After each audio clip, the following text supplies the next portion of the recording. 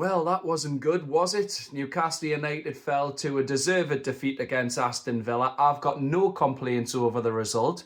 I've got a lot of complaints about Jared Gillett, even though he was not the reason why we lost. I just want to say that at the outset. And I've got a lot of complaints also over our performance. But Aston Villa, they deserved that win. Tactical masterclass by Unai Emery, playing behind us instead of in front of us. Villa's game plan of letting we have the ball, knowing we couldn't break them down, you could say it worked. Even when we got the balls in the box, there was no one in there to attack the balls. And with tactic that usually worked against Villa, going long and high, it worked at Villa Park and won 3-1. It's worked in previous home games, but playing in front of them just suits them down to a T. And they had the cutting edge, they wanted it more. And that's Villa's first win up here since April 2005 in 18 attempts. And yet again, when we're without our skipper here, Bruno Guimaraes, that is 11 games now, 6 draws and 5 defeats, excluding the League Cup semi-final first leg win last season, 2-0 down at the Emirates. League games only, 11 league games without a win, without Bruno. And we were devoid of creativity today. We were. Eddie Howe made one change from midweek. But again, we've just not got a cutting edge this season. I've probably accepted, look, is the Champions League out of reach? If you're looking at the table at the moment, you could say no. But I've just been watching the Manchester United game there at the Emirates. They've won 3-2. That's cut the gap. Villa fans will be happy tonight. They've won up here for the first time in nearly 21 years. And the gap down to the top of the league is now 3 points, and the level with City. But us, we've dropped to 9th. We're on 33 points. And with Man U's win, the gap to the top 4, well, we could have went above Liverpool tonight if we'd won on goal difference ahead of the game at Anfield on Saturday night. We fell 5 points behind the top 4. And I'll be honest, Europe's not off the cards. Of course it isn't. We're only at the end of January. We've still got 15 games to go. And we're only a point outside of the European spots. But today wasn't good. I'm not going to try and dress that up. That was bad today. It was. And look, it could have been so much different, couldn't it? Joe Linton played it to Tonali, and Tonali wriggled through Villa's defence in the opening 35-36 seconds. I remember looking over to the Leazes end clock, and I'm sure there's only like 35-36 seconds on the clock. And yes, I know what Eddie Howe said post-match. It could have changed the game. Goals do change games, and that would have put 1-0 up. That might have changed Villa's game plan. Goals certainly do, but we didn't take it. And look, we had opportunities. I've looked at the stats today. I believe it was 15 attempts, 5 on target, 5 off target. And Aston Villa had 14 attempts, 8 on target, 4 off target. We had 6 corners, they had 5. We had 3 clear-cut chances. And for some reason, Sky Sports' app says Villa only had 1, but they scored 2. And they had the chance in the first half saved by Pope from Watkins. So I don't quite know how that wasn't clear-cut. But yeah, we could have been 1-0 up, and we had other opportunities. Gordon's crossing that Miley headed towards goal, and somehow Martinez got a hand behind him to claw it out and keep the score at 1-0 to Aston Villa. And then we had opportunities second half. We had Barnes' shot that was deflected over the bar from Tielemans. Martinez was scrambling for that, trying to get it over his bar. That could have went anywhere. We've seen goals go in from massive deflections. Then we had the ball that was played through for Trippier across the face of goal, and Barnes and Gordon both went for it. I felt Barnes should have went with it with his head, but for some reason he tried to lift his foot like that. I felt it would have been better if he just let it just come onto his head and guided it past the keeper. With the pace on the ball, all he needed to do was get a connection. It would have went past Martinez. But yeah, we just didn't take opportunities. And look, Villa had opportunities before they scored. The ball was played through. Chow looked like he dealt with it, but he didn't. It came to Watkins, but thankfully Pope got a leg to it, send it away from his goal. It looked like it was going in the bottom corner, but then Villa went and scored. What have I said in previous videos to unlock a low block? Villa have got Buendia. We didn't have that today. To break down a low block, you either need wingers getting to the byline, cutting it back for late runners into the box. You need players who can play in the half space in between the fullback and the centre-back, or you need a player brave enough to drop between the defensive line and the midfield line, like Buendia, who can receive it and then run it goal or take a shot. And all of us in the corner, like around me, we said, as soon as that left his foot went goal, that you can just tell Botman could have closed him down. And you know what? I hate criticising Botman today, but I have to for that, because I also felt he left Watkins. He didn't track his run for the second goal. But other than that, Sven Botman was probably our best defender. He was really solid today, but he didn't close down Buendia. But, you know, I'm taking nothing away from Buendia, a good little player. He can play in those pockets, and that just went so far beyond Pope into the far corner. It was a great finish. And you know what? Villa deserved that lead. I felt we started the opening 10-15 minutes with a lot of energy, a lot of the ball, but again, no creativity. Yoane Wissa, I don't want to be overly harsh of him. Yes, he didn't threaten on goal, but he was isolated. We said at half-time, he's in the middle there, he's trying to receive the ball, but just like Anthony Elanga, when he come on, no one's looking for his runs. He was isolated and he had no runners around him. Villa played behind us rather than in front of us. They had runners and we were sloppy with possession. We did not keep the ball well. So many players give the ball away. Trippier had a really poor game. Trippier couldn't keep the ball to save his life. And he was so uncomposed. Lewis Hall, he gave a dangerous ball away in the second half before they scored the second goal, which went straight to Watkins, and Pope done well to get a big hand with to save it. But yeah, Lewis Hall got forward well. Again, he carried it well, and he was good in attacking areas. I felt Malik Chow and Sven Botman had strong games. Yes, Chow slipped for Watkins' chance, what I've already said, but I felt they dealt with Watkins well, obviously until the end. It was just one of those where we're pushing, but then we're losing. Villa come back at her, and then it's a ball from Rogers to Digne on the left, and then no one tracks Watkins' run. We're switched off, and then Watkins, point blank header, he was never missing that. He's a very good striker. And yeah, honestly, I believe it was a tactical masterclass from Unai Emery the day. Villa fans were loud, fair play to them. I've said they're a good team. It would be a difficult game today, and it showed. Villa controlled that game from around the 15-minute mark to around the 40-minute mark. And then we had a flurry late in the first half.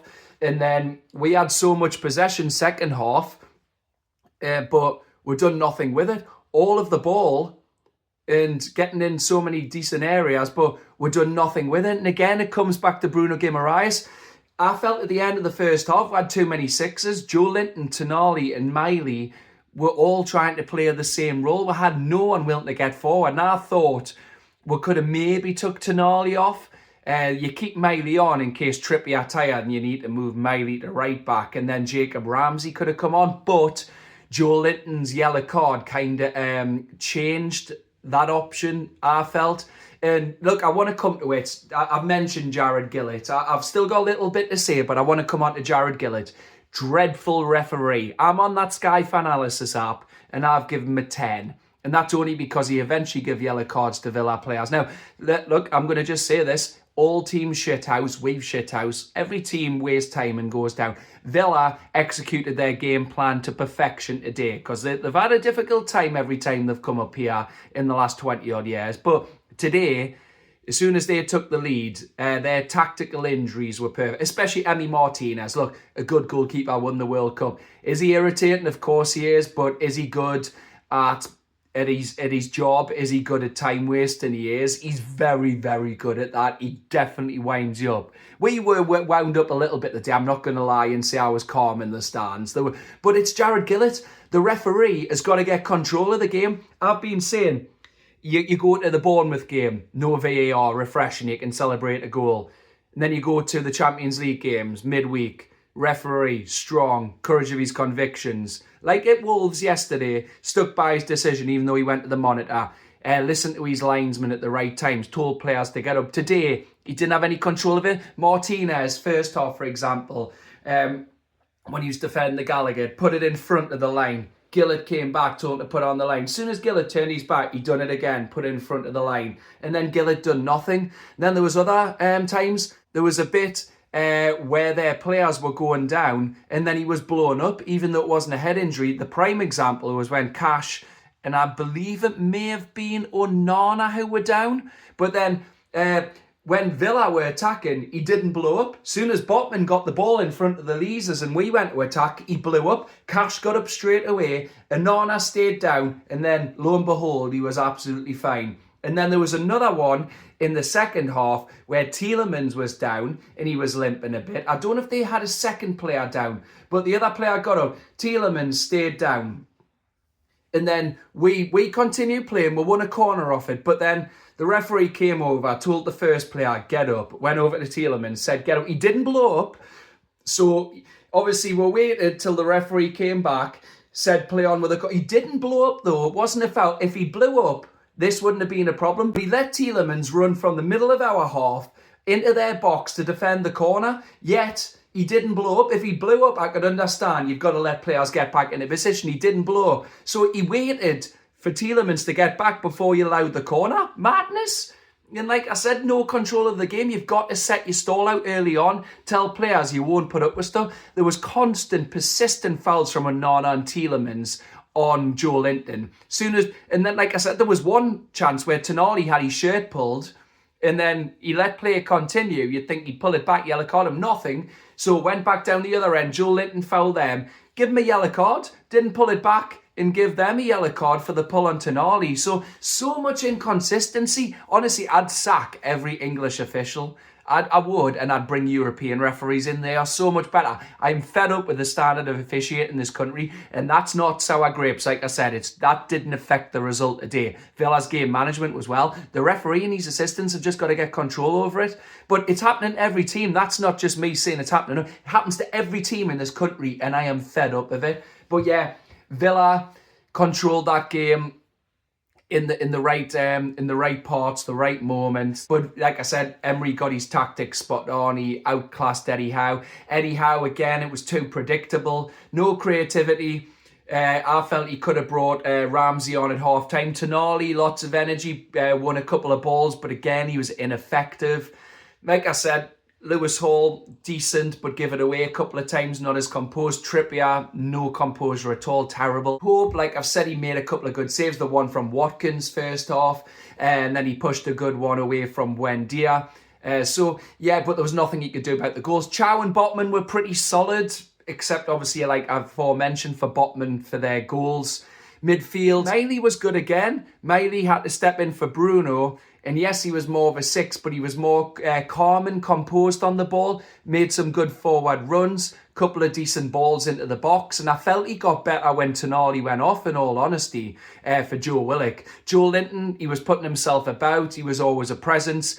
He won possession back so many times and was getting with forward. But again, when he got his yellow card, Villa kept targeting him. The referee was doing nothing and they were hoping to get him sent off. And then, big worry, pulled up with his groin early second half. So he's now a doubt. We get Dan Burn and Asula back and we lose yet another player. It is so frustrating. Barnes, again, wasted on the right. A couple of good balls in, but no one was in the area again. No one was willing to take risks. No one was gambling. Barnes was putting good balls into the box. There was no one there. That's when he was free. Obviously, like I said, he's wasted on the right. He's negated a bit. And Villa nullified him. They were crowding round him. But he done a couple of little good interchanges and passes. But he's not a player on the right wing. Barnes, I've said, is better on the left because he's got a right foot and a left foot. He scored with his left foot in midweek.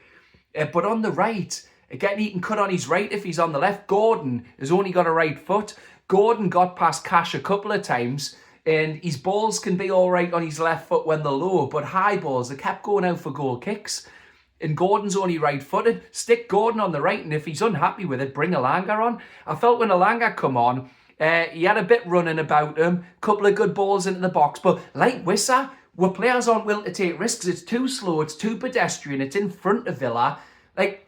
Eddie Howe likes this vertical play, but there's no one willing to take risks. No one was finding Wissa's runs. No one was finding Elanga's runs. Second half, I know Villa had put the game to bed, really, but Elanga made a good run down the right. And Chow could have played it to him, but he played a safe ball to Trippier, and then it came back to him. So that just broke that attack down. And then when he did make a good run, there was a foul, I believe, by Digne on him. A deliberate yellow, obviously, to just get them back into position. He took one for the team. A tactical foul, if you will. But yeah, it's just, we're too predictable. Same 4-3-3, like for like subs, nothing to make Villa think. Voltamara comes on, couple of nice touches, no threat in front of goal. Wissa wasn't a threat today. And I felt Ramsey could have come on a bit earlier, but it is just so frustrating how we just can't win games or even get that many points without Bruno. We shouldn't be relying on Bruno. And that's 11 games now without Bruno. He's played 186 out of 197 games since he's been here. But you can't keep relying on Bruno. Again, we haven't got a player to unlock teams like Buendia done to us today with his long-range strike. We've got no one willing to take risks, try a risky pass. It's all too safe. It's all too pedestrian. Again, shoot on sight. Why haven't we got players who are willing to shoot on sight? Tonali can strike a ball well, but we just like to pass it across the face, and that doesn't bother a team. The amount of turnovers Villa got on the edge of their box or the centre of the pitch, and then they could just run it where they had so many runners. They had so many players willing to get forward. Fullbacks on the overlap, overloads. And then they had the runners in the half spaces supporting Watkins. They were always a threat today. But yeah, it's just frustrating. We shouldn't be so reliant on Bruno. So you've just got to hope Dan Burn wasn't risked today. Bruno's meant to be fine for midweek, so we've got him for PSG and Villa. But again, it just feels like another opportunity missed. We could have moved fifth tonight after Man U's win. But yeah, no complaints. Villa deserved to win. They were the better team, I felt, and we offered nothing. And that shows why the third place. They could challenge for the title. Who's to say they won't? So yeah, frustrating game, frustrating afternoon. We could have done so much better. Villa took their chances. They were the better team, controlling the right moments. And yeah, we're ninth. That's it from me for now. Thank you so much for watching. Please like, please comment, and please subscribe. And I'll be back before PSG with another video. So for now, take care. Enjoy the rest of your week, everyone. Bye-bye.